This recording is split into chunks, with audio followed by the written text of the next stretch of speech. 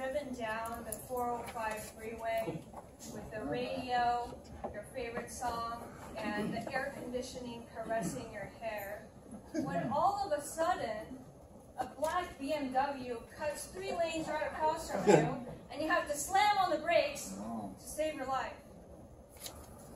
And as you curse at the traffic gods, and you creep up to see who the heck cut you off, you look into your mirror and realize the driver was a Chinese woman. Or maybe your thoughts on this demographic is people who cut you off at department store lines. Or maybe another word for all the people who buy up all the houses in Orange County.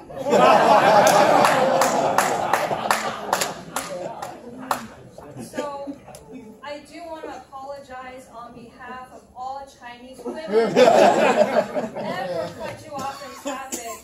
I'm sorry. I'm taking an Uber home.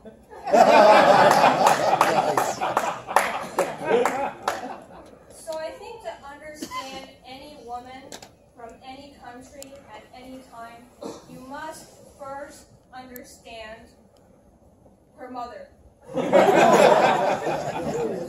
My mother came to the U.S. when she was in her 30s, and I came to the U.S. when I was 10 years old.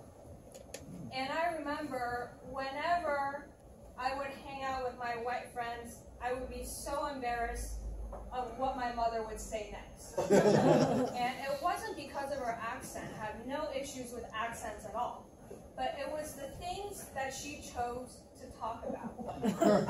And I remember one time when she was talking to one of my friend's mothers, and then she asked her, "How much did you pay for your house?" And I was mortified, but I understood, because as a Chinese person, we're asking this as a sign of closeness, and we're just doing our research. But of course, as an American, everyone here laughed because of how inappropriate it is in our culture. But I have to say this. I never said this to my mother because I knew how proud she was as a single mother, a 2-time cancer survivor. She was able to buy 2 houses. And had she lived in Orange County, she probably would have bought a couple too. It was precisely her ask anyone anything at any time attitude that got me into the prestigious Catholic school without any admissions test. Wow. Now, imagine a woman in her broken English convincing the principal, the vice principal, and 2 other teachers why her daughter, who spoke worse English than her, should get into that school. So that was my mother. And the next story I want to share with you is my first day of high school in the U.S. Now, my high school was predominantly white and Hispanic, and I was one of the very few Asians at the school. And I remember during lunchtime, when I was walking across the lunch tables, somebody yelled out, "SARS!" And I thought, oh my God, I could have just coughed and cleared away the whole school.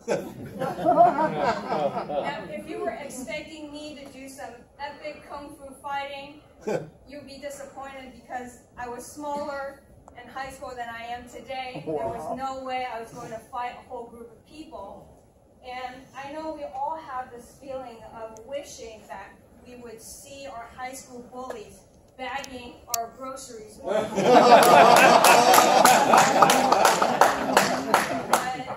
thankfully, I did not have to do that when I found out that my high school nemesis makes 1/3 of the income that I make today. So, if you're wondering why Chinese women do some of the things that we do, we're long-term planners. We buy the houses and we live well as a revenge.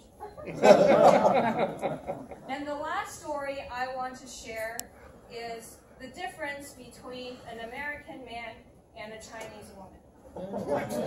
Now, I remember hearing during a golf game an American man describing this as how he got a job. He said, "I went to college, I joined a fraternity, I drank, and I got a job."